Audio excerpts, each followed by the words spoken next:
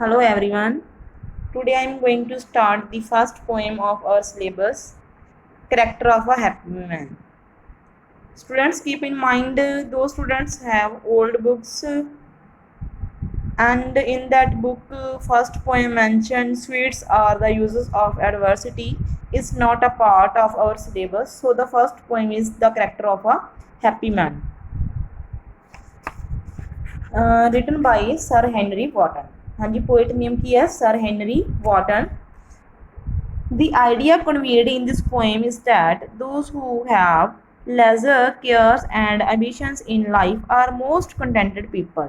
हाँ जी, पोएट की कह रहा, पोएट कहते इस पोएम चो ये आइडिया कन्वे होंदा है दोज ਉਹ ਪਰਸਨ, ਠੀਕ ਹੈ, those who have lesser cares and ambition, ਜਿਨ੍ਹਾਂ ਕੋਲ ਆਪਣੀ ਲਾਈਫ ਦੇ ਵਿੱਚ ਬਹੁਤ ਹੀ ਘੱਟ ਐਂਬੀਸ਼ਨ ਹੁੰਦੀਆਂ, ਇੱਛਾਵਾਂ ਹੁੰਦੀਆਂ, ਠੀਕ ਹੈ, ਆਰ ਮੋਸਟ ਕੰਟੈਂਟਡ ਪੀਪਲ, ਉਹ ਪੀਪਲ ਹੀ, ਉਹ ਲੋਕ ਹੀ ਬਹੁਤ ਵਧੀਆ ਸੰਤੁਸ਼ਟ ਹੁੰਦੇ ਆ, ਸੈਟਿਸਫਾਈ ਹੁੰਦੇ ਆ, ਜਿਨ੍ਹਾਂ ਦੀਆਂ ਐਂਬੀਸ਼ਨਸ ਜਿਹੜੀਆਂ ਘੱਟ ਹੁੰਦੀਆਂ. Those who are truthful and modest and don't fall a prey, ਹਾਂਜੀ, ਉਹ ਪਰਸਨ ਜੋ ਬਹੁਤ ਹੀ ਟਰੂਥਫੁਲ ਹੁੰਦੇ ਆ, ਸੱਚੇ ਹੁੰਦੇ ਆ, ਐਂਡ ਮੋਡੈਸਟ ਮਤਲਬ ਨਿਮਰ ਹੁੰਦੇ ਆ, ਝੁਕ ਕੇ ਰਹਿੰਦੇ ਆ, and don't fall a prey to pride and vices, ਕਿਸੇ ਜਿਹੜੀ ਘਮੰਡ ਦਾ ਸ਼ਿਕਾਰ ਨਹੀਂ ਹੁੰਦੀ ਜਾਂ ਕਿਸੇ ਬੁਰਾਈ ਦਾ ਨਹੀਂ ਹੁੰਦੀ, and have faith in God, ਅਤੇ ਜਿਨ੍ਹਾਂ ਦਾ ਪਰਮਾਤਮਾ ਵਿੱਚ ਵਿਸ਼ਵਾਸ ਹੁੰਦਾ, and honesty are truly happy, ਠੀਕ ਹੈ, ਅਤੇ ਜੋ ਇਮਾਨਦਾਰੀ ਵਾਲਾ ਜੀਵਨ ਬਤੀਤ ਕਰਦੇ ਆ, ਅਸਲ ਵਿੱਚ ਉਹ ਪਰਸਨ ਹੀ ਹੈਪੀ ਹੁੰਦਾ, ਠੀਕ ਹੈ.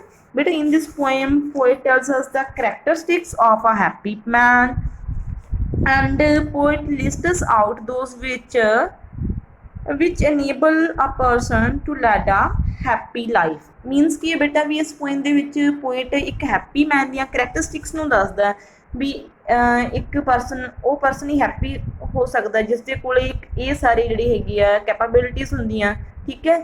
ਉਹ ਜਿਹੜਾ ਹੈਪੀ ਪਰਸਨ ਹੁੰਦਾ ਹੈਗਾ ਵੀ ਉਹਨੂੰ ਕਿਸੇ ਦੀ ਕੇਅਰ ਨਹੀਂ ਹੁੰਦੀ ਕਿ ਕੁਝ ਮਰਜ਼ੀ ਆਸ-ਪਾਸ ਕੁਛ ਮਰਜ਼ੀ, ਠੀਕ ਹੈ, whatever any kind of thing happen, ਠੀਕ ਹੈ, ਉੱਤੇ ਮਤਲਬ ਕੋਈ ਅਸਰ ਨਹੀਂ ਹੁੰਦਾ ਹੈਗਾ, ਠੀਕ ਹੈ. Now start. How happy is he born or taught that serves not another's well.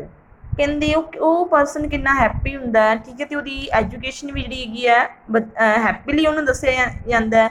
ਮਤਲਬ ਕੀ ਹੈ, ਡੈਟ ਸਰਵਸ ਨੋਟ ਅਨਦਰਸ ਵੈਲ, ਜਿਹੜਾ ਬਾਕੀਆਂ ਦੀ ਸਰਵ ਹੁੰਦਾ ਪਾਲਣ ਕਰਨਾ, ਠੀਕ ਹੈ, ਨੋਟ ਅਨਦਰਸ ਵੈਲ, ਵਿਲ ਹੁੰਦੀ ਹੈ ਬੇਟਾ ਇੱਛਾ, ਠੀਕ ਹੈ, ਉਹ ਪਰਸਨ ਹੀ ਵਧੀਆ ਹੈਪੀਲੀ ਹੁੰਦਾ ਹੈ, ਠੀਕ ਹੈ, ਜਿਹੜਾ ਕਿਸੇ ਦੂਜੇ ਪਰਸਨ ਦੀਆਂ ਜਿਹੜੀਆਂ ਵਿਲਸ ਹੁੰਦੀਆਂ, ਇੱਛਾਵਾਂ ਹੁੰਦਾ, ਉਹਦਾ ਪਾਲਣ ਨਹੀਂ ਕਰਦਾ, ਠੀਕ ਹੈ, ਮਤਲਬ ਉਹ ਆਪਣੇ ਆਪ 'ਚ ਮਸਤ ਹੁੰਦਾ ਹੈ.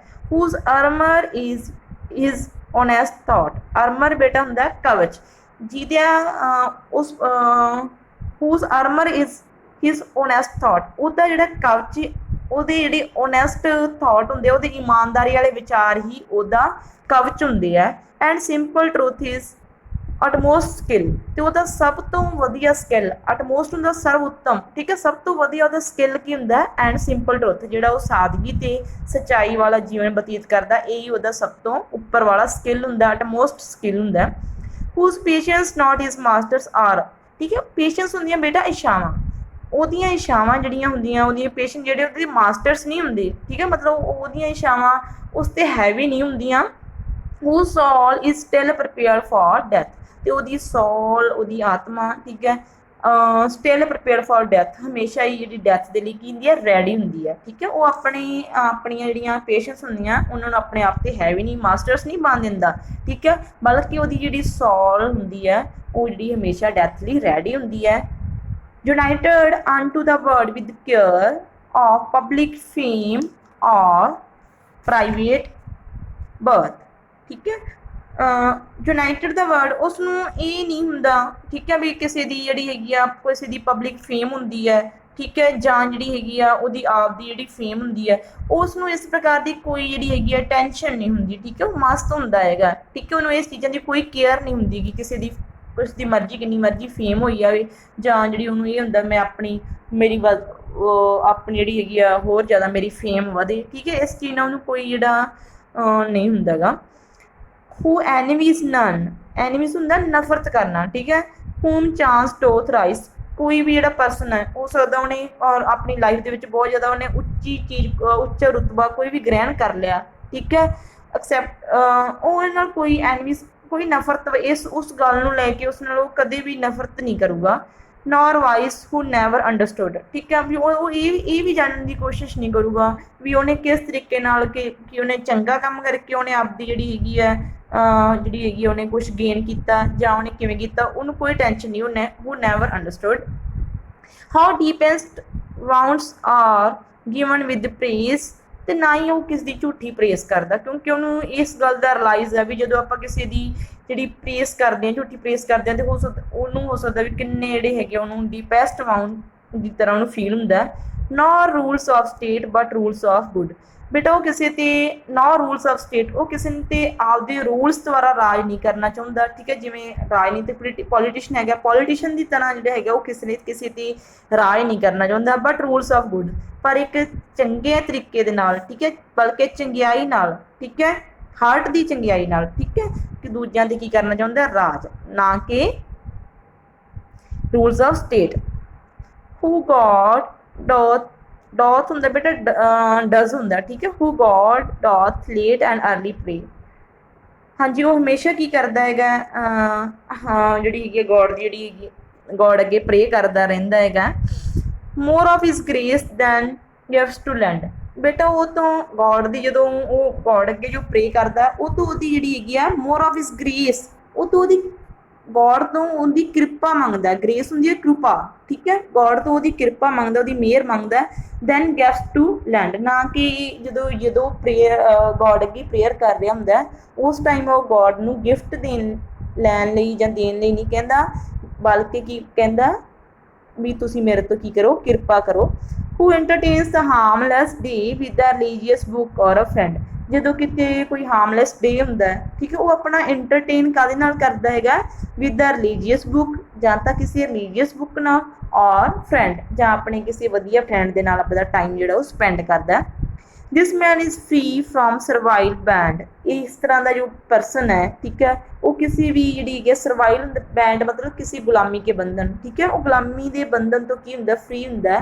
ਆਫ ਹੋਪ ਟੂ ਰਾਈਜ਼ ਔਰ ਫੀਅਰ ਟੂ ਫਾਲ, ਨਾ ਹੀ ਉਹਨੂੰ ਇਹ ਹੋਪ ਨਹੀਂ ਰੱਖਦਾ ਵੀ ਮੈਂ ਬਹੁਤ ਹੀ ਜ਼ਿਆਦਾ ਉੱਪਰ ਉੱਚਾ ਉੱਠਾਂ, ਔਰ ਫੀਅਰ ਟੂ ਫਾਲ, ਨਾ ਹੀ ਉਹਨੂੰ ਇਹ ਹੁੰਦਾ ਵੀ ਉਹਨੂੰ ਡਰ ਹੁੰਦਾ ਵੀ ਮੈਂ ਕਦੇ ਡਾਊਨ ਹੋ ਜਾਊਂਗਾ, ਠੀਕ ਹੈ, ਨਾ ਹੀ ਤਾਂ ਉਹਨੂੰ ਉੱਚਾ ਉੱਠਣ ਦੀ ਆਸ ਹੁੰਦੀ ਹੈ, ਤੇ ਨਾ ਹੀ ਉਹਨੂੰ ਜਿਹੜਾ ਹੈਗਾ ਨੀਚੇ ਡਿੱਗਣ ਦਾ ਡਰ ਹੁੰਦਾ। ਲॉर्ड ਆਫ ਹਿਮਸੈਲਫ, ਉਹ ਆਪਣੇ ਆਪ ਦਾ ਕੀ ਹੁੰਦਾ, ਮਾਲਕ ਹੁੰਦਾ, ਲॉर्ड ਹੁੰਦਾ। Not of lands, lord of himself not of lands, ਉਹ ਆਪਣੇ ਆਪ ਦਾ ਜਿਹੜਾ ਲॉर्ड ਹੁੰਦਾ, ਨਾ ਕਿ ਲੈਂਡਸ ਦਾ, ਜ਼ਮੀਨਾਂ ਦਾ ਮਾਲਕ ਨਹੀਂ ਹੁੰਦਾ। ਉਹ ਕਿਹਦਾ ਮਾਲਕ ਹੁੰਦਾ, ਉਹ ਆਪਣੇ ਆਪ ਦਾ ਮਾਲਕ ਹੁੰਦਾ। ਐਂਡ ਹੈਵਿੰਗ ਨਥਿੰਗ ਯੈਟ ਹੈਥ ਆਲ, ਉਸਦੇ ਕੋਲ ਨਾ ਹੁੰਦੇ ਵੀ ਹੋਏ ਵੀ ਬਹੁਤ ਕੁਝ ਹੈ, ਨਾ ਹੁੰਦੇ ਹੋਏ ਵੀ ਬਹੁਤ ਕੁਝ ਹੈ। ਐਂਡ ਹੈਵ ਨਥਿੰਗ ਯੈਟ ਮਤਲਬ ਕਿ ਉਹਦੇ ਕੋਲੇ ਇੰਨੇ ਸਾਰੇ ਗੁਣ ਹੈਗੇ, ਉਹਦੇ ਕੋਲੇ ਓਨੈਸਟੀ ਹੈ, ਠੀਕ ਹੈ, ਦੂਜਿਆਂ ਦੀ ਕੇਅਰ ਨਹੀਂ ਕਰਦਾ, ਦੂਜਿਆਂ ਨਾਲ ਜਲਸੀ ਨਹੀਂ ਕਰਦਾ।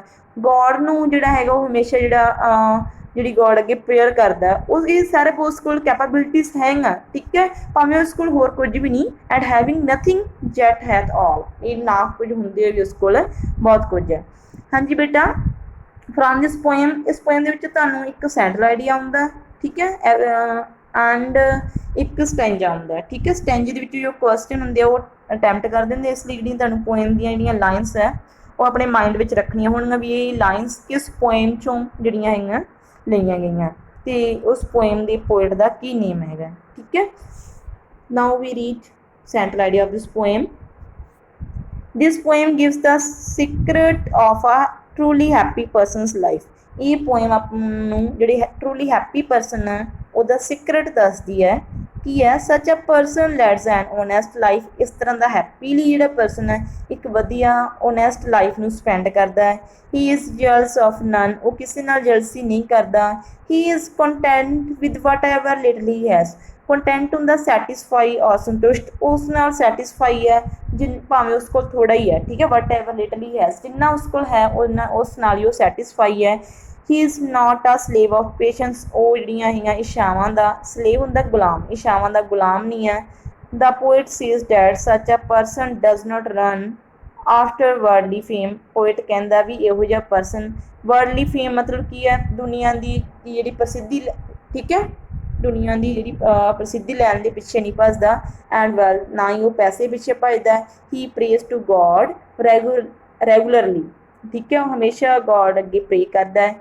ही is not ambitious at all, एट आप की कह सकते हैं भी उस एट ऑल उस को जड़ियाँ एम्बिशंस जड़ियाँ वो नहीं है, ठीक है।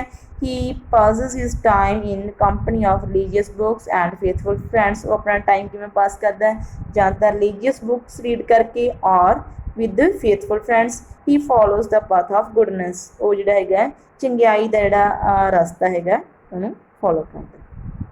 Thanks students.